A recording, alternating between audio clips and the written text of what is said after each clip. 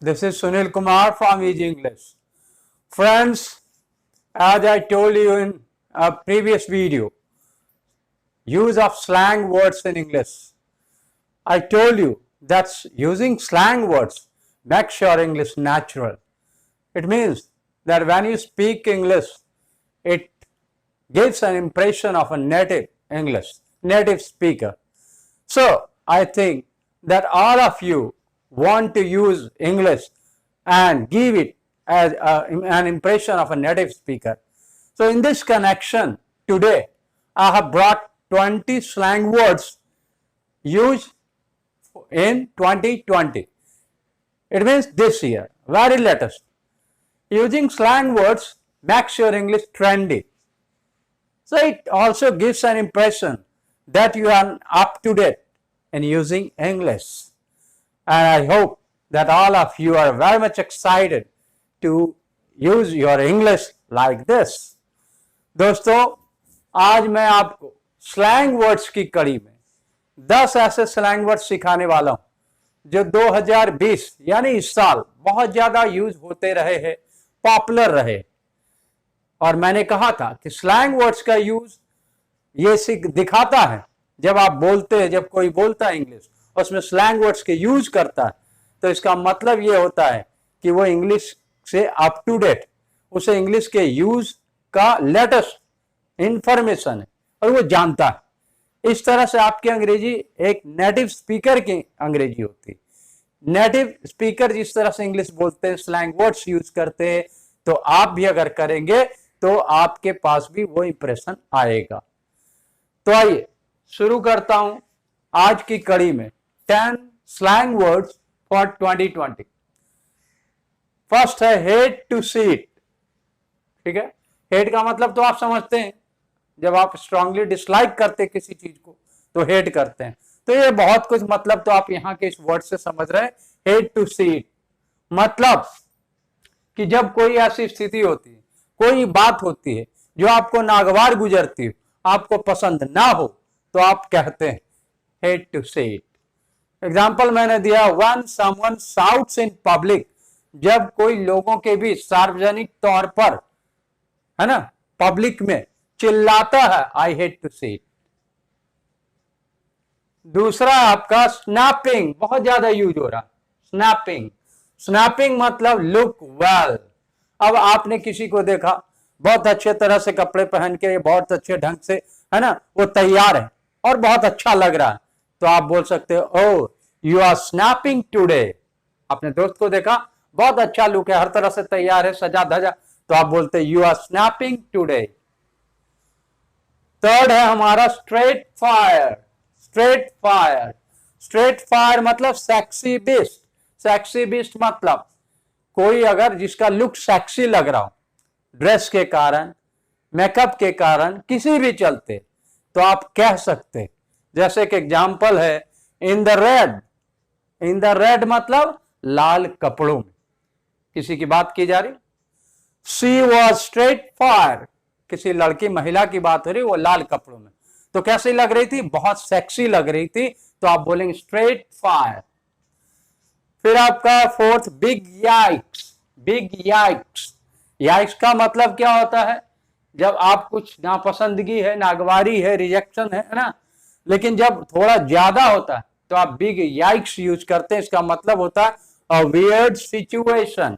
Weird का मतलब unusual, असामान्य, जो आमतौर पर जैसा होता नहीं, उसको बोलते हैं वियर्ड। तो आप कह सकते हैं जैसे शी इज डिफेमिंग यू, आपके किसी दोस्त ने रिपोर्ट किया, है ना, आपके किसी नजदीक के बारे में कि शी इज डिफेमिंग यू, वो तुम्हें बदनाम कर रही है, तो आपने बोला बिग याइक्स, है ना, बड़ी असामान्य बात, बड़ी असामान्य है ये स्थिति। फिर आपका क्रिंजी, बहुत ज्यादा यूज होता है क्रिंजी। क्रिंजी का मतलब ह्यूमिलिएटिंग, सिली, इंसल्टिंग, है ना, अपमानजनक कुछ हो, तो आप क्या बोलते हैं क्रिंजी। अब आजकल जब पेरेंटिंग की बात होती, तो बच्चों के पालन पोषण की बात होती है, तो पेरेंट्स को ये एडवाइस किया जाता है कि आप भाई उनके साथ ठीक से पेश आइए। अब उसका एक example, if you are beating your kid, अगर आप अपने बच्चों को पीटते हैं, स्क्रिंजी, ये कैसा है? इंसल्टिंग है, ह्यूमिलिएटिंग है ना? ये सिली है, ये नॉर्मल नहीं, ये अप्रूविंग नहीं है। फिर आपका sounds like a you problem, ये फ्रेज जो यूज किया जाता है, sounds like a you problem, मतलब कोई ऐसी बात निगेटिव है, कोई निगेटिव रिजल्ट आया, किसी बात के चलते नकारात्मक कुछ प्रभाव हुआ, कुछ नकारात्मक बात हो गई, असर हो गया, तो आपको कहना है कि इस बात के लिए तुम ही रिस्पॉन्सिबल हो, कोई और नहीं। तो आप बोल सकते हैं क्या? Sounds like a you problem.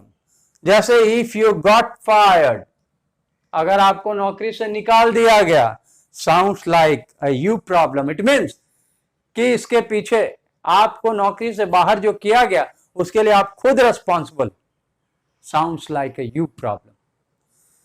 फिर आपका है कैप, छोटा सा वर्ड है कैप। कैप का मतलब होता है टू लाई, झूठ बोलना। Don't cap to your friends, दोस्तों से झूठ ना बोलो। Look now she is capping, देखो अब वो झूठ बोल रही। जैसे वर्ब का यूज करते तो आईएनजी वगैरह सब यूज होगा, कैप, कैपिंग। फिर आपका है पीरियडिक, पीरियड के बाद टी लगा हुआ, पीरियडिक शॉर्ट फॉर्म है ये। इसका मतलब होता है this is final, I have proved my point. Period का मतलब क्या है इंग्लिश में? पंक्चुएशन मार्क्स में आप पढ़ेंगे तो पीरियड, जिसे हिंदी में पूर्ण विराम कहते हैं, अंग्रेजी में पीरियड कहता है, पॉइंट से आप जो देते हैं सेंटेंस के अंत में। तो उसी तरह से जब बोलने में आप बोलते हैं पीरियड इट मीन्स मैंने जो कहना था वो कह दिया, this is my final point, this is my decisive point, तो आप कहेंगे पीरियड इट। ठीक है, this is final, I prove my point. Okay, I have been trying to tell you the truth and in this connection I told you what happened with me one day. So all of you now know that it was not my fault. Period it. Last में मैंने बोला period it. It means मैंने आपसे जो बातें करी, सारी बातें कर दी और अब आप जान गए कि इसमें मेरी गलती नहीं थी और ये मेरा final, this is my final point. अब इसके आगे मुझे कुछ नहीं कहना। फिर आपका है take it to the house, take it to the house. अब ये फ्रेज कब यूज किया जाता है? इनकरेज करने के लिए, चीयर अप करने के लिए, किसी का हौसला बढ़ाने के लिए।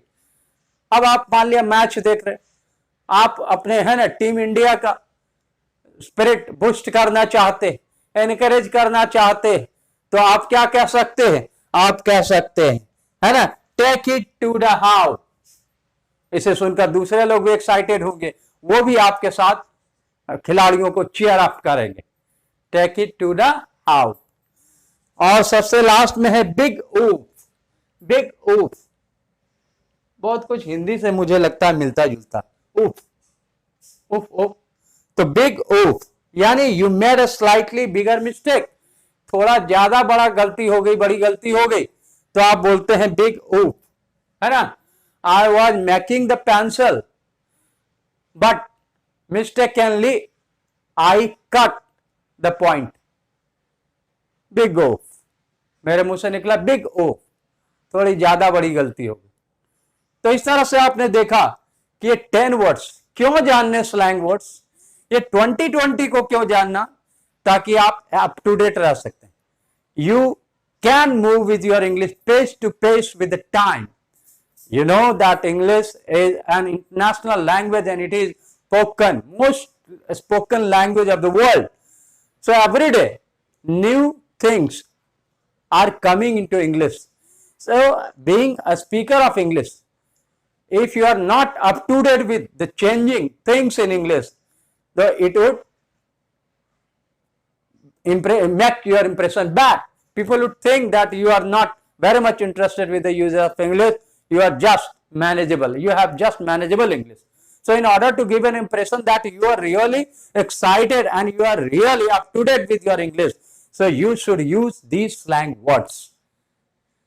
Now I hope that you will find these 10 words very, very important and very, very exciting, and you can't help using these words now in your speaking English. तो हमेशा की तरह इस वीडियो को अपना बहुत सारा प्यार देंगे, इसे शेयर करेंगे, सब्सक्राइब करेंगे और अपने कमेंट्स जरूर देंगे। इसी तरह से मैं आपके लिए और भी यूजफुल वीडियोस ला रहा हूं। Please keep watching.